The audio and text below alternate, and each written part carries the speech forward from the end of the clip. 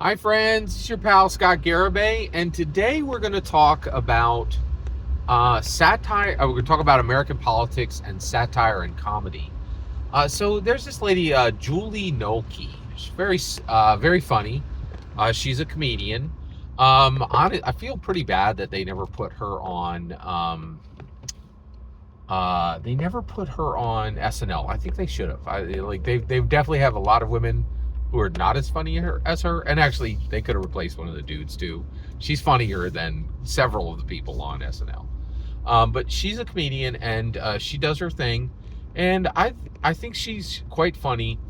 But there is this SNL talked about this. Actually, multiple writers on SNL are like, it's hard to do satire because we live in such an outlandish world that satire doesn't play. People are just like, well, the president we have is so dramatic and so dynamic that if you make a joke, like, and that's another thing is, I think quite literally, you have this situation where Trump will say something as a joke and then literally make it a reality 6, 12, 18 months later. It's incredible. Like, I've never seen anything like it. So Julie Nolke did a skit, and she was like, the government is going to give people free tents. And you set up the tent, and then you live in the tent, and the government's going to help with this. We solved the housing crisis. Just give everybody tents. Oh, isn't that funny? Like, that we could just give people tents, and that would help people? And I was like, wait. What are you laughing at? Like, that would work. Like, and so it is interesting because, so first of all, I have this theory. We don't have a homeless crisis. We have a recreational substance abuse problem, right? Like, there isn't a situation. Many of the people who are homeless are there because they have recreational substance abuse, which causes homelessness. It is extremely rare to see people who don't have homes who also don't have a recreational. In fact, I don't think it actually exists. I think homelessness occurs from the recreational substance abuse problems we have in America. By the way, everything I'm talking about here is American. What I thought was really interesting is, but in multiple cities all over the country, there are these shanty towns, and there are people living in tents in these shanty towns, right? And they're not living in tents because it's a bad idea. It's a way that they can be safe or safer on the streets.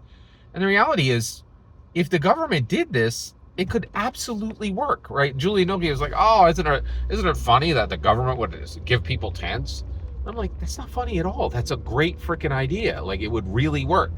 So one of the things we could do to actually solve homelessness is set up in the middle of our, like, so I would do this in the Midwest toward the South, right? So and I'm so bad at geography, I apologize. But I would do it in the Midwest, more toward the South, right? So, temperate climate. And in the middle of the country, we have literally hundreds of miles of open space, right? And so the government could be like, hey, listen, if you're sleeping on the street, whatever city you're in, okay, one, you can't do that anymore, right? But we have these 3 states, right? And if you can't put a roof over your head, it's fine. Don't worry about it. Come on down. We have and just set up large tracts of tent cities, right? Government subsidized, government protected, right? And what you could do is, one, the government doesn't even have to pay for the tents, right? Just allow corporations to come in and say, hey, can you donate 1,000 tents, right? And just get 10 companies to donate 1,000 tents each. You got 10,000 tents, right? You could literally house every homeless person in America, right? Put them in tents, right? And then you're like, well, how's that going to solve problems? Well, you could do a lot of stuff, right?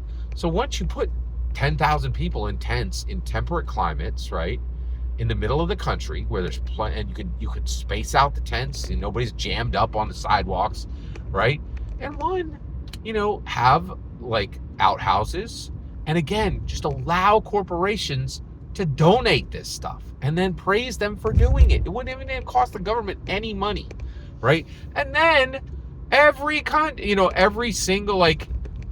all of the country, if you have excess food, box it up, ship it, and then feed these people too. We have enough excess in America to allow tens of thousands, even low millions of people to live safely, and then put the military there, secure it, give them outhouses, give them the tents, and give them free food, right? And we could do this with low millions of people, right? But we can also just get rid of homelessness in every city and say, listen, if you get, like, you're not allowed to sleep here on the, you know, on the city streets, but it's okay. We'll give you a bus ticket. Go to this place, live in these tents, and if you never get your crap together, it's fine, right? You could live in these tents for the rest of your life, right? And, you know, and we can feed you. It's like, it's not a big deal. Like, we can absolutely do this, right? And we can keep it safe, we can keep it clean. It's not a joke. Like, this would be a great way to solve homelessness, right? And I think one of the things that's a problem is, like, we have these problems and we act like they're problems. We have the solutions, we have the access, we have the money, right? We just need to unleash our corporate, you know, we need to reward corporations for helping people who actually need help. And then we need to isolate them to one place where all the help can go, right? Like, it's just like, and, you know, and we need to say, hey, these are cities. This is where successful people live. You don't get to live, you don't get to sleep on the sidewalk here, right? Like, now, if you can't make it and you can't get a roof overhead, that's okay. We'll take care of you until you get your stuff together, and you can. And if you never get your stuff together, fine. Live in this safe, clean, warm place in a tent for the rest of your life. Our country can, you know, can deal with the excess. So I encourage you to watch Julie Nolke's, like, she acts like it's a joke. I'm like, this isn't a joke. This would work fine, right? Like, and I think we are very confused nowadays. We're very confused as to what is useful and helpful and relevant. And comedians literally can't tell the difference between reality and comedy anymore. We live in an upside down world. Every single word you just heard in this video is my humble opinion. Nothing more, nothing less. The important part is when we get to hear your humble opinion, when you get in the comments and send your traffic. Please consider liking, subscribing, and have a fetch millennium.